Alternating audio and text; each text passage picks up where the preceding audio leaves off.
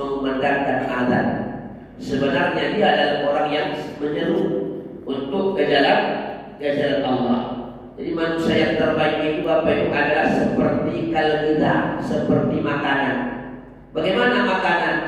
Makanan itu dibutuhkan orang. Siapa mereka?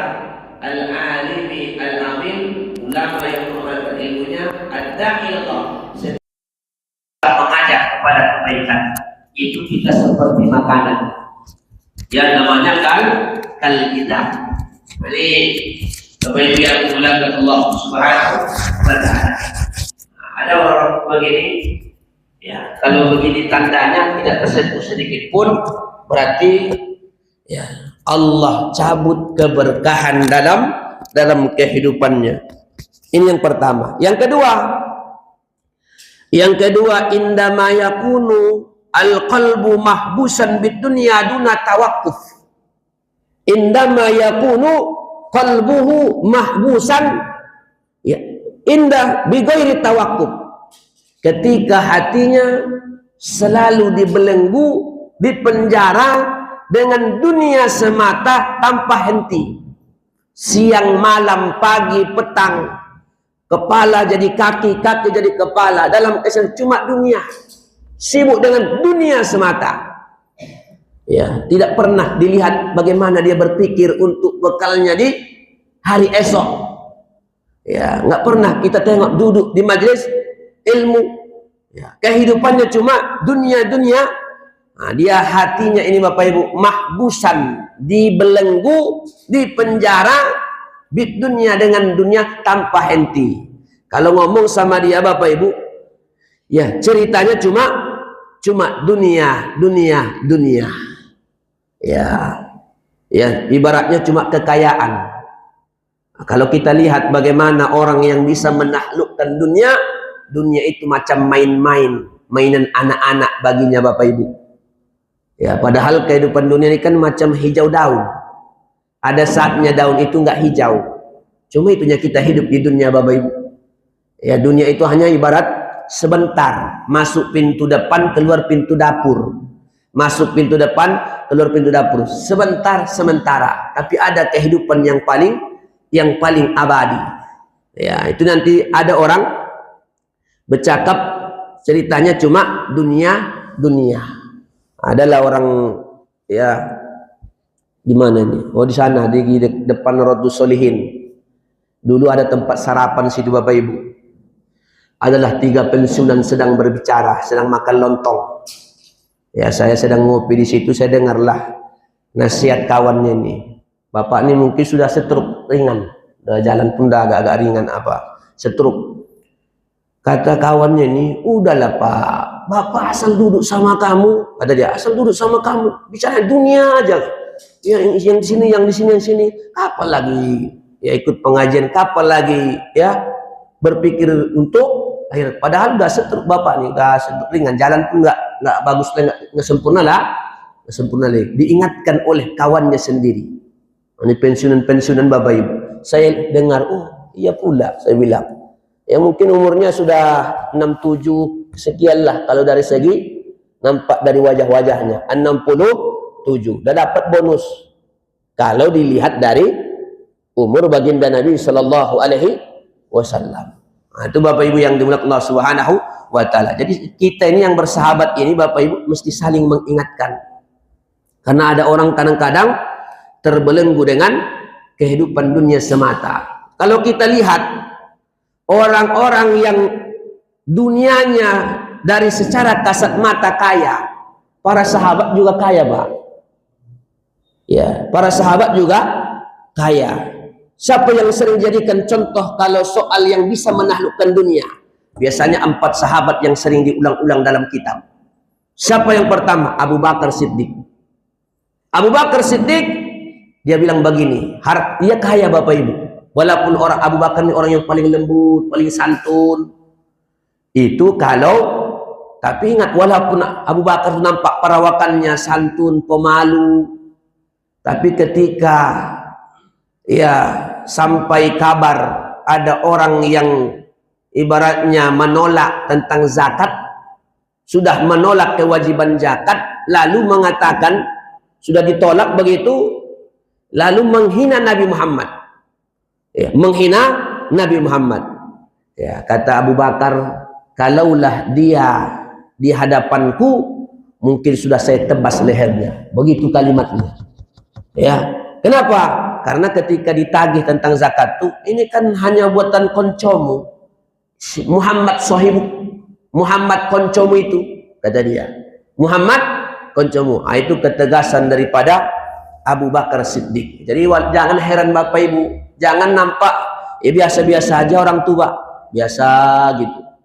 Ya, tapi kalau pas ada saatnya marah, oh, bisa lebih ngeri daripada orang yang nampak garang, rupanya ya garang begitu aja, Pak.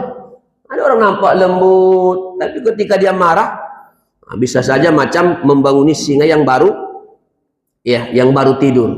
Nah, ini Abu Bakar Siddiq. Abu Bakar Siddiq ini dia datang kepada Nabi, ya Rasulullah, aku serahkan seluruh hartaku untuk Allah dan Rasulnya. Bayangkan Pak, berapa banyak harta Abu Bakar. Aku serahkan untuk Allah dan Rasulnya. Kata Nabi, jangan begitu Abu Bakar, sisakan untuk anak dan istrimu. Jangan begitu Abu Bakar, sisakan untuk anak istri. Tapi tengok kalimat Abu Bakar, kuserahkan semua untuk Allah dan Rasulnya, ya Rasulullah.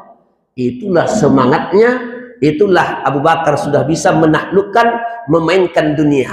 Padahal kaya. Siapa lagi? Yang kedua, Umar bin Khattab. Umar bin Khattab, dia mengatakan begini, ya Rasulullah, aku berikan nisfu mali, setengah hartaku untuk Allah dan Rasulnya. Ini orang-orang yang sulit contohnya. Ibarat kalau, anggap dulu sedikit, ibarat dulu kalau Umar bin Khattab punya harta 1 embo, setengah berapa? 500 juta. 500 juta untuk Allah dan Rasulnya. Itu model Umar bin Khattab. Nah, itu Umar bin Khattab ini. Umar bin Khattab itu Bapak Ibu orangnya, ya ibaratnya nggak ada basa-basinya. Ketika perempuan sedang tertawa-tertawa, cikik-cikik, kalau Umar lewat, diam langsung. Nah, itu pula ya karismatiknya Umar bin Khattab. Nabi akui dalam hadis Sahih Muslim disebutkan, jangankan manusia, setan pun berpikir kalau berhadapan dengan Umar. Nabi yang nyebut, masalah ka Umar qattun salaka syaitanu qattun patin ghairiha. Kalau Umar ibarat lewat, kalau ibarat jalan sinilah Bapak Ibu. Jalan apa ini, Pak? Bukit Barisan.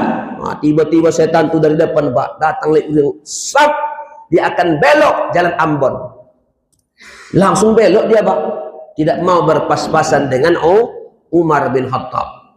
Ya, tapi walaupun begitu Bapak Ibu, segarang-garangnya Umar bin Khattab, tetap beliau ya manut-manut kalau di hadapan istri. Nah, itu tetap manut-manut yang apa kata istrinya? Itu Umar bin Khattab.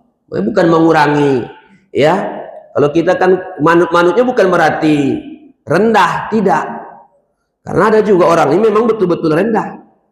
Ya, ada oknum-oknum lah daerah Medan sana, orang Medan itu kalau di luar sangar, Pak. Kalau di kota Medan sedikit aja kita senggol, oi siapa kau? Kepalamu, kata dia, Pak. Pecahkan kepalamu nanti. Bagak kau, kata dia, Pak. Baru sedikitnya, Pak. Iya. Kalau di luar, oh macam preman tengik lah bahasanya, Pak. Kalau di luar, macam apa? Harimau ngamuk. Kalau di luar rumah, tapi paling takut dia 2 suara. Suara mamaknya sama suara bininya. Di luar singa, kalau sudah ke rumah Pak, jumpa bini, macam kucing Anggora. Gimana kucing Anggora, Bu? Jinaknya. Ini Bapak Ibu yang dimurkai Allah Subhanahu wa Ta'ala. Itu Umar. Utsman gimana? Utsman bin Affan ini manusia yang paling unik, yang paling bagus. Kenapa paling bagus? Sampai sekarang terus mengalir. Karena ada rekening atas nama Utsman bin Affan, ada hotel atas nama Utsman bin Affan, tapi teng berapa itu? 5 atau 3 tempat. Ya, atas nama Utsman bin Affan, yang dulu hasil dari, karena beliau itu likulli usbu'in, setiap pekan Kalau bersedekah berimpak itu 100 ekor onta setiap minggu. 100 ekor onta. 1 ekor onta 50 juta. Berarti 50 kali 100 anggap 5M. 5M kali 4 berarti 20M setiap bulan. Kalau perang seperti perang Tabuk itu beliau menyumbang 900 ekor onta dan 100 ekor kuda, lalu 1000 dinar. Nggak usah dikali-kalikan Bapak Ibu berapa itu. Tentu banyak itu Pak. 900 ekor onta, ya, baru tambah 1000 dinar. 1 keping dinar 4,25 gram. Kali sekarang lah Bapak Ibu berapa harga emas? Lagi naik nggak Bu harga emas? Bu, tahu betul dia naik harga emas. Ya, apalagi naik harga emas. Ini Bapak Ibu yang dimuliakan Allah Subhanahu wa taala. Itu diantaranya. Tapi yang lebih dahsyat siapa lagi? Namanya Abdurrahman bin Auf. Abdurrahman bin Auf. Nah, ini kalau Abdurrahman bin Auf itu setiap pekan kalau dengan nominal uang kita itu bisa untungnya melebihi 15M, 20M. Itu dia berikan untuk Allah dan Rasulnya. Itu Abdurrahman bin Auf. Kalau beliau memang luar biasa. 3 rumah yang dia yang berikan untuk Islam.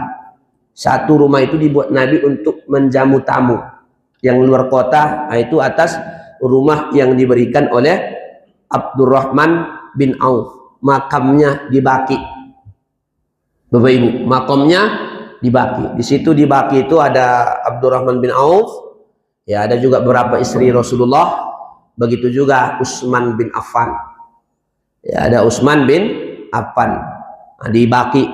Nah, tapi kalau yang di yang di dalam bersama Nabi itu Umar dengan Abu Bakar Siddiq. Nah, ini Bapak Ibu yang dimuliakan Allah Subhanahu wa taala. Itu diantaranya. Makanya alangkah mulianya orang yang sampai ke makam Rasulullah Sallallahu Alaihi Wasallam. Itu satu kemuliaan. Kita ditakdirkan dalam hidup ini ya bisa ya ke makam Rasulullah SAW dalam artian ya mengharapkan syafaat Rasulullah Sallallahu Alaihi Wasallam. Nah, jadi kadang-kadang kita ini kalau ingin umrohnya sempurna, makbulah, niatnya diperbaiki dulu Bapak Ibu dari sebelum berangkat. Ya, niatnya diperbaiki sebelum berangkat. Kalau bisa jangan mencari dunia di sana, kesempatan dunia. Ya, ibaratnya kan ada niatnya mencari kesempatan dunia. Kalau bisa halal kalau bicara halalnya Bapak Ibu. Tapi kita ingin yang lebih utamanya. Ibu umroh sambil jualan boleh. Sambil jualan ibaratnya sama apa kan? Boleh, cuma kalau bisa fokus. Ini kan kalau bisa. Kan ada juga Pak sambil rombongan tuh Bapak Ibu. Ya, sambil-sambilan. Nah, itu yang mesti kita persiapkan. Ilmunya kita persiapkan. Apa yang penting dipersiapkan Bapak Ibu kalau kita umroh? Jiwa kita, mental kita, sabar kita. Sabar kita harus disiapkan Pak. Kenapa? Karena kadang-kadang Bapak Ibu yang berangkat itu apakah Ibu semua kenal? Tidak Pak. Satu kamar lah dengan orang yang kenal. Ada satu orang ngoroknya luar biasa. Wah, terganggu loh. Sabar. Ditanya ngoroknya. Ada yang satu jam di kamar mandi. Lamanya luar biasa. Kita ingin ya memandi payah macam-macam. Harus sabar. Apalagi bawa polda Pak. Bawa kapolda. Ya, polda polisi dapur. Ya, apalagi bawa istri. Suami istri Bu, umroh lebih kuat lagi apanya? Kenapa? Karena Makkah, Madinah bukan tempat konflik. Ya, bukan tempat konflik, Pak. Kita punya pengalaman, Bapak Ibu. Ya, punya pengalaman. Ya, kita kemarin bulan Agustus tanpa menyebut nama, ada beberapa jamaah nih, ada beberapa jamaah, ada suami istri diberangkatkan oleh anaknya. Diberangkatkan oleh anaknya. Anaknya ini kebetulan kerja di Makkah, di Jeddah. Punya penghasilan 30 juta gajinya sebulan. Bedalah duit kita sama duit mereka Pak, tentu. Sekitar 30 diumrohkanlah ayah dan ibunya. Umrohkan. Salah satu niat anaknya ini supaya ibunya ini berubah. Karena ibunya ini ibu gaul. Udah berumur hampir 60 tah 50 sekian, Bu. Tapi apanya masih suka apa namanya? Ya masih suka tiktokan, gaul-gaul lah pokoknya. Harapan dia mungkin anaknya agak apalah, risih lah sedikit dengan ibunya ini. Jadi asal setiap kita pergi tur, ini ibu ini selalu hilang. Selalu hilang masing-masing dia, Bapak Ibu. Ya, masing-masing termasuk di daerah Jabal Rahmah.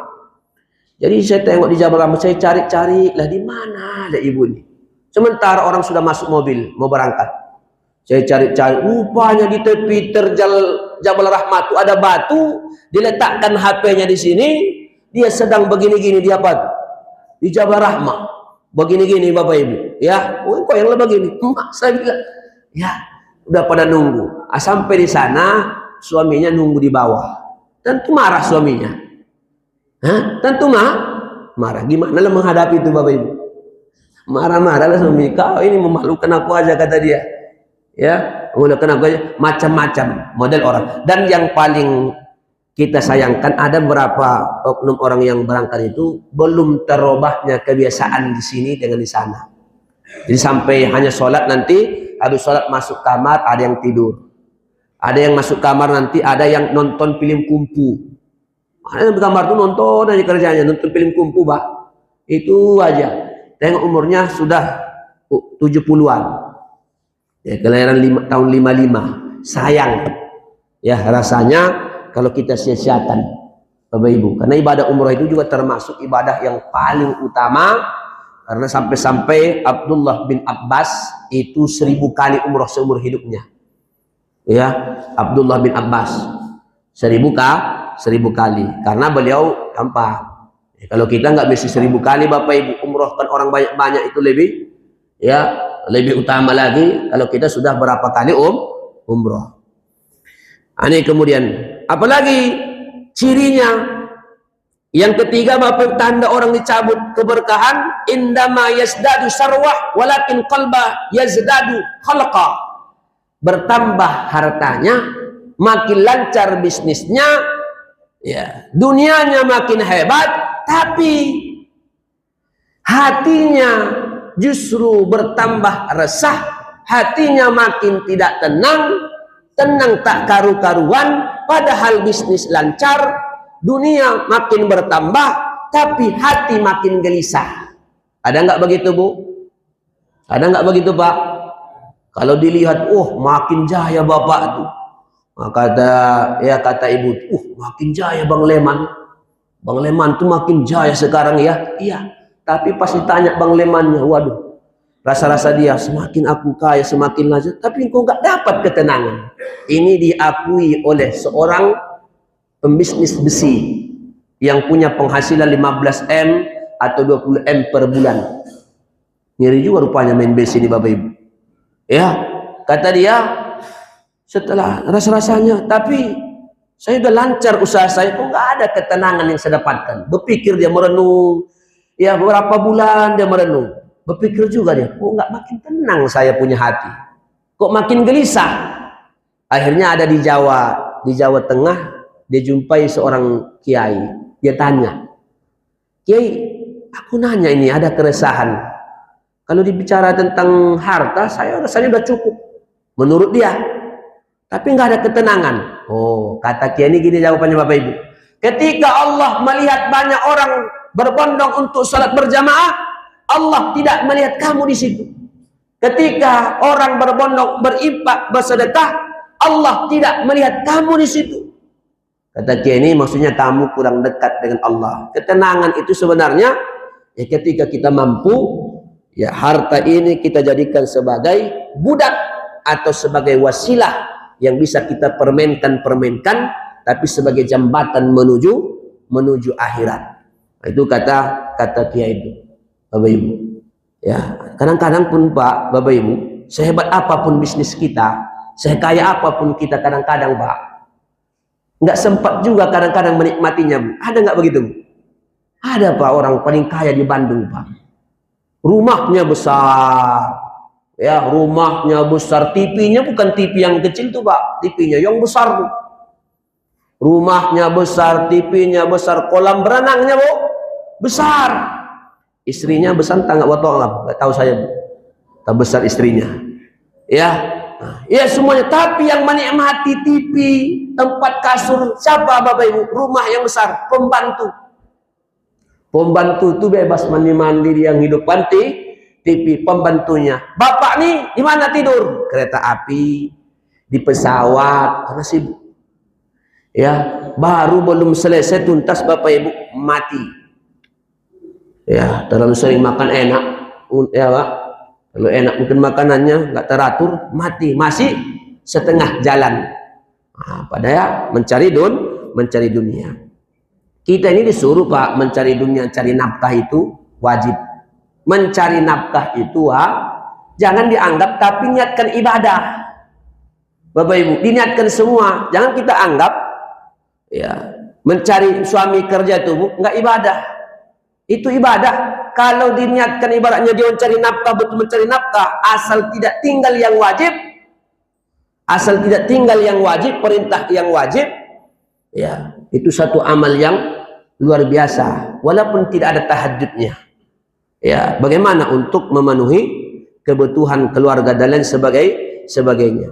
Ini Bapak Ibu yang dimuliakan Allah Subhanahu wa ta'ala. Jadi kalau kita rasakan itu Bapak Ibu makin bertambah, kok nggak makin tenang, mari kita baca diri. Oh, berarti aku ini perlu makin dekat lagi, kurang dekat lagi kepada Allah Subhanahu wa ta'ala. Tidak ada ketenangan melainkan ketenangan semakin dekat dengan Allah. Kita cari ketenangan ke diskotik Pak, sesaat lainnya akan resah. Bukan ketenangan yang abadi, justru penyesalan yang akan datang esok. Nggak sedikit orang menyesal. Oh, masa mudanya digunakan untuk yang hura-hura. Sekarang baru sadar. Ya, untung kita sadar sekarang, masih sadar Bapak Ibu. Yang paling parah sampai mati nggak sadar. Itu Pak Ustadz, kata jamaah. Itu Pak Ustadz yang di pojok sana itu, Pak Haji yang sana itu. Betul Pak Haji. Itu jahanam itu Pak Ustadz.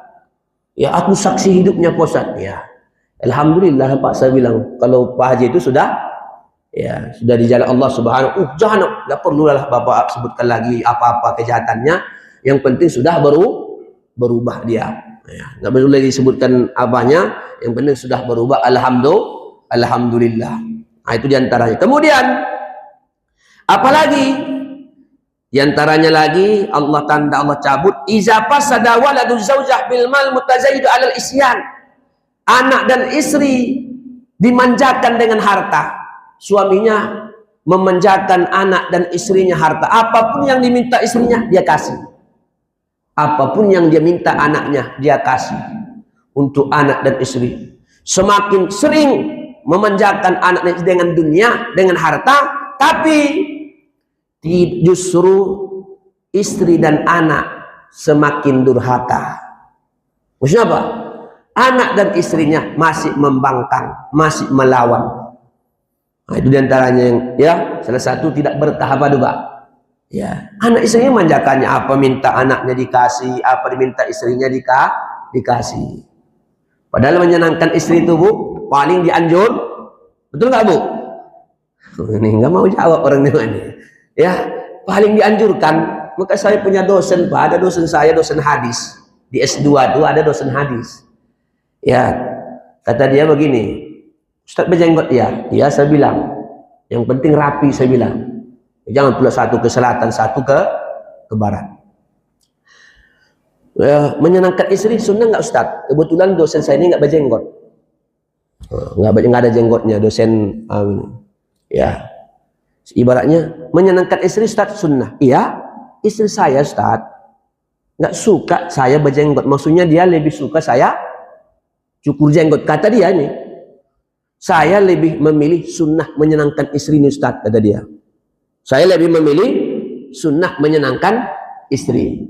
Oh ya, kalau begitu kata ijtihad dia.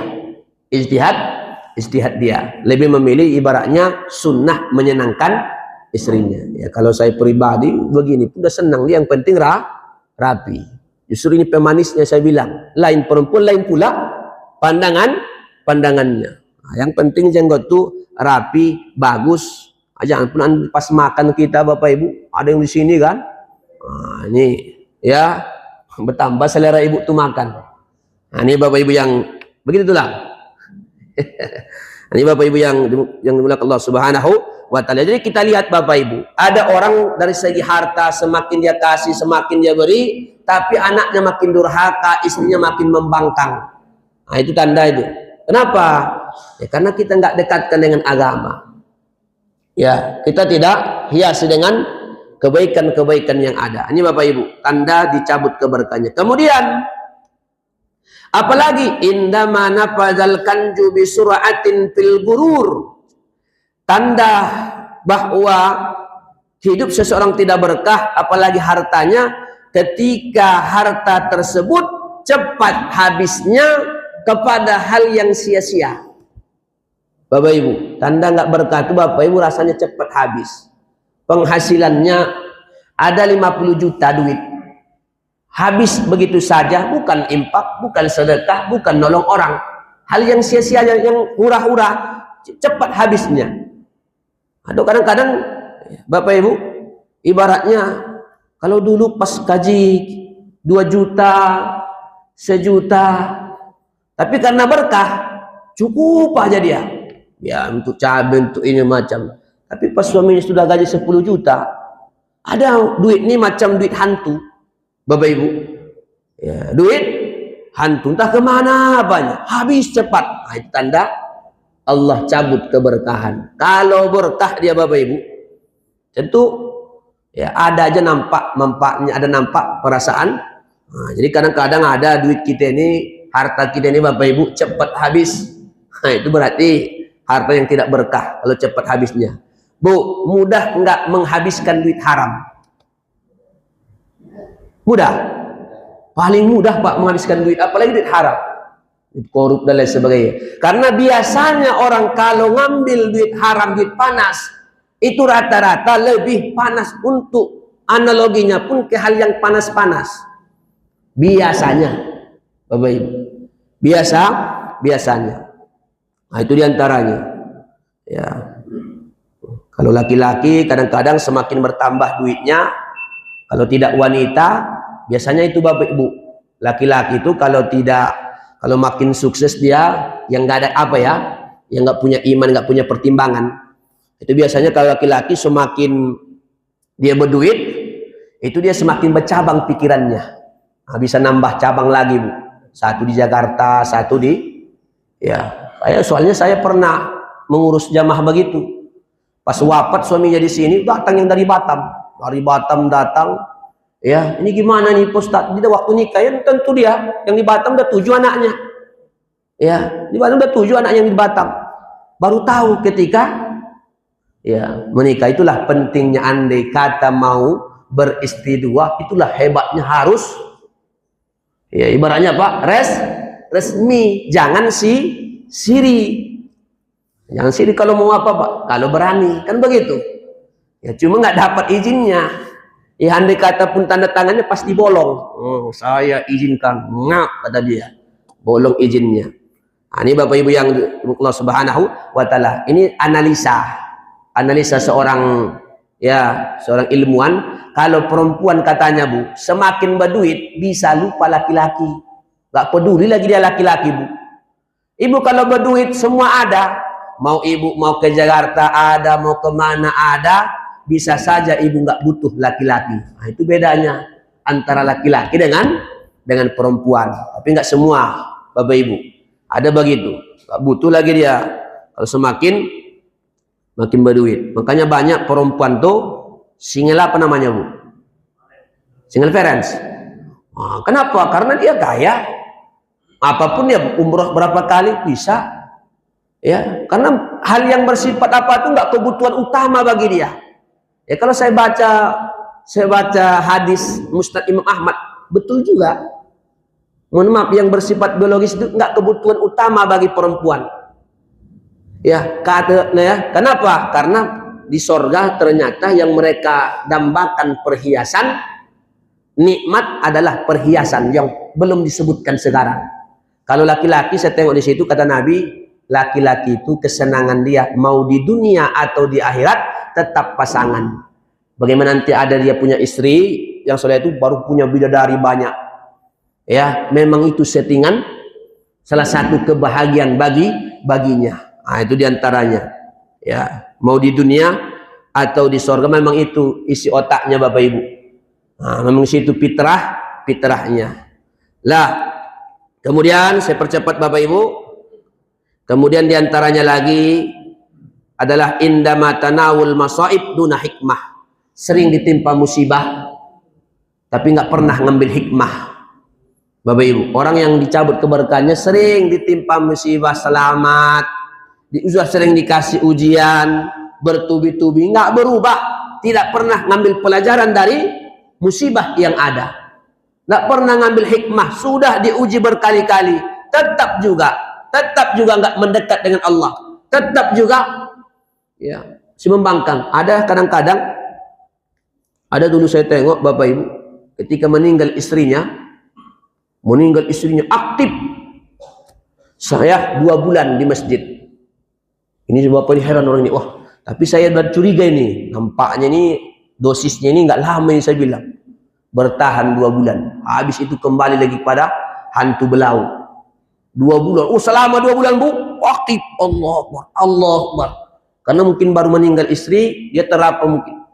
Ya, cuma dosis sayang kali. Dosisnya cuma 2 bulan. Akhirnya kembali lagi yang judi, kembali perbuatan lamanya kembali. Jadi ada orang sering ditimpa ujian tapi tidak pernah ngambil hikmah dan pelajaran. Terakhir, indama tafakkur rukbah aksar wa aksar. Keinginannya banyak,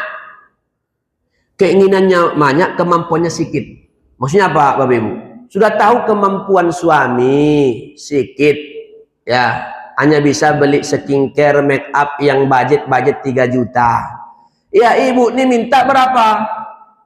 Yang 13 juta, yang 15 juta, belum yang pilnya gini Bu, yang 10 juta Bu. Ada pil begini. Ada pilnya itu ya sering itu artis-artis seperti adik saya, siapa namanya, atau istrinya Raffi Ahmad, ya skincare, ya macam-macam lah. Ada ya pokoknya make up lah, artis-artis. Ya ada lagi make up terbaru, ya yang mirip-mirip dengan mantan saya seperti Laudia Sintabela. Ya itu Bapak Ibu. Nah itu ada itu berapa puluhan juta harganya. Ada yang 20 juta, ada yang 15 juta. Belum lagi modis-modis jilbabnya ala-ala mereka. Macam-macam. Itulah artis itu. Apapun dia yang dia iklankan, ada aja banyak peminatnya. Orang lagu aja viral, Pak. Ya Allah, apa namanya? Ya Allah, sehatkan Bilqis. Viral langsung. Nah, itu Bapak Ibu. Nah, itu diantaranya. Wallahu a'lam biswab. Itulah Bapak Ibu diantara tanda-tanda orang dicabut keberkahannya dalam kehidupannya. Mudah-mudahan kita dalam hidup ini barokah. Diantara supaya menyebabkan kita barokah, pertama kalau kita usaha jangan sekali-kali tinggalkan sholat 5 waktu. Kalau keluar dari rumah selalulah baca zikir Bismillahi tawakkaltu la haula wala quwwata. Jangan pernah selalu suudzon kepada orang, jangan terlalu cepat suudzon kepada orang. Yang keempat adalah anggap usaha itu adalah ikhtiar, usaha itu adalah kasbun, sebab yang memberikan rezeki adalah Allah. Walaupun sama-sama dagang, ya Allah yang punya menggerakkan hati seseorang. Dan enggak terlalu ya liar mata kita melihat nikmat orang lain. Jangan terlalu liar mata kita untuk melihat nikmat orang lain, supaya jangan muncul penyakit SMS. Ya, supaya jangan muncul penyakit SMS.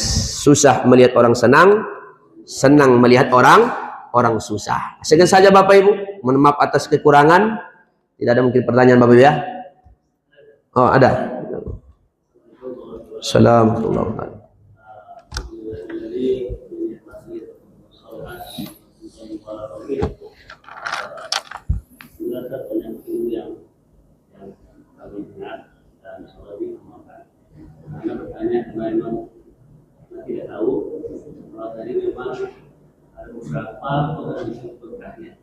Ada orang yang mendapatkan berkah, maka kematian itu terhentinya berkah. Kemudian ada beda amal jariah atau sedekah jariah. Baik.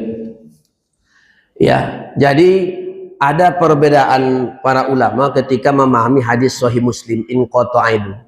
Tapi yang kita pakai, yang kita pribadi, keberkahan itu selama dia meninggalkan anak yang saleh, selama dia meninggalkan hal-hal yang baik seperti pengaliran air, seperti pengajaran madrasah, sekolah agama, selama itu masih ada, menurut pendapat kebanyakan ulama, tetap mengalir, berkahnya itu tetap terus kepada seseorang walaupun dia sudah mati. Ka Utsman bin Affan, seperti Utsman bin Affan tadi. Itu disepakati. Ulama Saudi pun, kita yang sering berbeda dengan apa? Ulama Saudi mengakui terus berkah yang model begitu, mengakui sampai kepada Utsman. Jadi tidak putus walaupun dia sudah wafat. Tidak putus walaupun dia sudah wafat. Kenapa? Karena memang disebutkan oleh baginda Nabi Shallallahu Alaihi Wasallam. Itu namanya amal jariah, itu kalimat umumnya. Komponen dari amal jariah sodakoh jariah. Sodakoh jariah itu yang permanen, sodakoh yang bersifat ya tahan lama lah bahasanya. Dan manfaatnya ibarat seperti air mengalir. Itulah sedekah jariah yang paling bagus. Ya, itu Bang ya. Jawabannya. Jadi nggak putus. Nggak putus. Kenapa? Ya, semua bermanfaat. Jangankan itu, Imam Ibnu Taimiyah saja mengakui apapun yang ditinggalkan oleh seseorang yang setelah wafat, termasuk anak yang soleh yang selalu mendoakannya, kebaikan-kebaikan yang disambung, baik nasihat, itu yanfa'u, bermanfaat. Ya, kalau sedekah jelas itu sudah sepakat para ulama. Kalau sedekah, ya, yang menjadi perdebatan itu rangkaian tahlilan, rangkaian kaifiah-kaifiah, model-modelnya. Tapi kalau soal la ilaha illallahnya, sedekahnya, itu sepakati bermanfaat kepada orang yang sudah wafat. Berkahnya tetap sampai kepada mereka. Berkah itu dalam artian adalah pahala bacaan. Itu Bang ya, yang saya tanggap. Kematian itu apakah salah satu dicabutnya berkah? Oh, kematian itu Semua manusia yang akan diberi keberkahan, baik Islam ataupun Islam. Ketika kematian itu datang, apakah itu tanda dicabutnya berkah? oh enggak. Tidak ada tanda keberkahan dicabut. Mati enggak. Bukan tanda keberkahan dicabut kalau mati. Enggak ada kaitannya dia. Ya. Bahwa keberkahan tandanya seseorang mati dicabut keberkahan, tidak. Justru kehidupan kita ya adalah setelah kematian. Disitulah hasil yang paling baik itu ketika jadi mukmin itu lebih baik matinya. Makanya alladzi khalaqal mauta wal hayata, mata fid dunya, hidup di akhirat. Itu bahasa ulama tafsirnya. Ada ya. Ya, Pak. Bayakum. Tadi Ustaz ada menyampaikan tentang ada kelompok bapak-bapak itu yang pembicaraannya itu masih tentang dunia, padahal umur mereka juga sudah lanjut. Anda juga pernah mengalami hal yang hampir sama seperti itu. Ketika mengajak kawan untuk melakukan satu amalan itu, terus dia menjawabnya gitu kan, lah kita ini kan punya amalan tujuan sendiri-sendiri, tidak harus dengan kayak gitu kita tetap bisa mendapatkan banyak kebaikan. Kalau seperti itu gimana? Kalau masih itu kalimatnya tidak masalah memang. Kalau itu kalimatnya setiap kita itu punya amal unggulan masing-masing, itu masih dibenarkan. Kalimatnya belum kalimat yang menipu. Karena Abdullah bin Abbas juga bilang begitu, aku ini amalan salat, bukan Abdullah bin Abbas, Abdullah bin Mas'ud, aku ini amalan khususnya baca Quran, kalau puasa sunnah jarang, kata dia. Beda dengan Abu Darda, beda dengan Tolhah. Kalau Tolhah, kata beliau, jadi baru likulli rajuli likulli imru'in lahu amalun mahsus. Setiap seseorang punya amal yang khusus-khusus, dan Nabi itu juga sama-sama mengakui. Makanya hadis Nabi itu kadang-kadang tentang hadis fadilah itu satu sisi menjadikan ini yang paling utama posisinya, satu sisi yang lain. Tergantung siapa lawan bicaranya. Kata dia, oh kalau ini orang kaya, kata Nabi ini, amalmu ini. Kau pejabat, amalmu. Nah, ini. Itu masih dibenarkan dulu. Ya, wallahu a'lam. Dibenarkan begitu. Dan Bapak Ibu, sama-sama kita tutup dengan doa kafatul majelis. Subhanallah wa bihamdika asyhadu an la ilaha illa anta astaghfiruka wa atubu ilaik. Walhamdulillahirabbil alamin. Assalamualaikum warahmatullahi wabarakatuh.